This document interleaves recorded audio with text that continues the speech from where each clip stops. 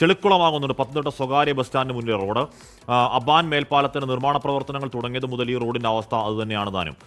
പത്തനംതിട്ടയിലെ ചെളിക്കുളമായ റോഡിന് മുന്നിൽ നിന്ന് എ വി ജയശങ്കർ ചേരുന്നുണ്ട്. ജയശങ്കർ, അവിടെ കഴിഞ്ഞ ദിവസം ഞാൻ ഒരു വിവാഹത്തിന് പോകാനുള്ള ആവശ്യത്തിന് അവിടെ T K road Thiruvalla Kumbazha റോഡിൽ കൂടെ ഒന്ന് പോകേണ്ടി വന്നായിരുന്നു. എന്തൊരു അവസ്ഥയാണെന്ന് ആലോചിച്ച് നോക്കണം. അതാ പത്തനംതിട്ട വഴി അങ്ങനെ റോഡ് മുഴുവൻ അങ്ങനെ കുഴിയായിട്ട് വലിയതും അതും പടം കുഴി ഭീകര കുഴികളാണല്ലോ ആ റോഡിൽ.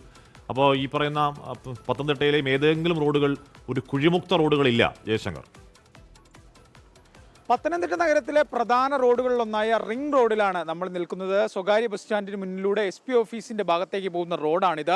ഈ റോഡ് ഇങ്ങനെ പൊട്ടിപ്പൊളിഞ്ഞ് കിടക്കാൻ തുടങ്ങിയിട്ട് വർഷം കുറിയായി. ഇവിടെ വീണ് കുറേ അധികം വാഹനയാത്രക്കാർക്ക് പരിക്ക് പറ്റിയിട്ടുണ്ട്.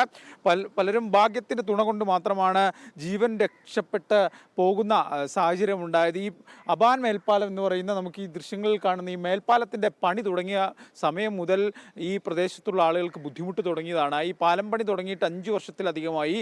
ആ കാലം മുതൽ ഈ റോഡ് ഇതേ അവസ്ഥയിലാണ്. ഈ ചളിക്കുളത്തിലൂടെയാണ് വാഹനങ്ങൾ നിരന്തരം കടന്നു വരേണ്ട സാഹചര്യം ഉണ്ടാകുന്നത്. എവിടെ നോക്കിയാലും കുഴി മാത്രമാണ് കാണുന്നത്. അത്രമാത്രം പരിതാപകരമായ അവസ്ഥയാണ്. അധികാരികളോട് പരാതി പലതവണ നാട്ടുകാരും വ്യാപാരികളും യാത്രക്കാരും ഒക്കെ പറഞ്ഞു മടുത്തു. പക്ഷേ ഒരു തരത്തിലുള്ള പ്രയോജനം ഉണ്ടായിട്ടില്ല. ഈയിടെ മാത്രമാണ് ഇതുമായി ബന്ധപ്പെട്ട് ഇതിന് സമീപത്ത് ഓട ഉൾപ്പെടെ നിർമ്മിച്ച് റോഡ് നവീകരിക്കാമെന്നൊരു തീരുമാനത്തിലേക്ക് ജില്ലാ ഭരണകൂടം എത്തിയത്. പക്ഷേ ഇപ്പോൾ മഴ തിമിർത്ത് പെയ്യുകയാണ്. നിരന്തരം നൂറുകണക്കിന് യാത്രക്കാർ ഇവിടെ എത്തുന്നു.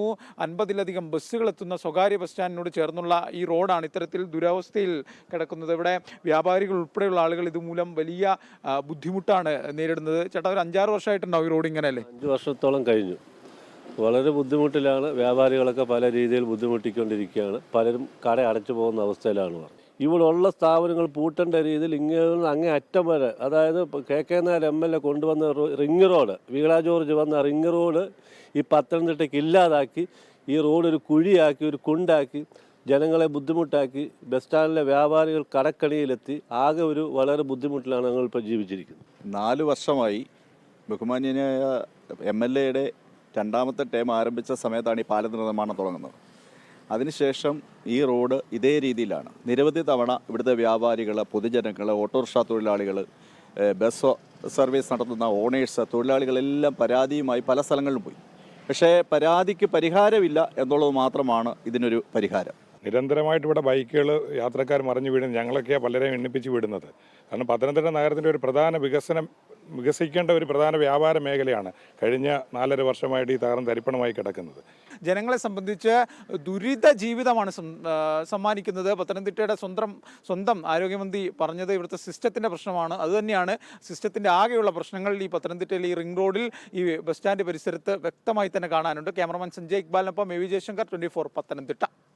ലോകത്തെവിടെയായാലും ഏത് സമയത്തും 24 വാർത്തകളും ഓഗ്മെന്റഡ് റിയാലിറ്റി പാക്കേജുകളും എക്സ്പ്ലെയിനറുകളും വിശദമായി കാണാൻ ഞങ്ങളുടെ YouTube ചാനൽ നിങ്ങൾക്ക് സബ്സ്ക്രൈബ് ചെയ്യാം.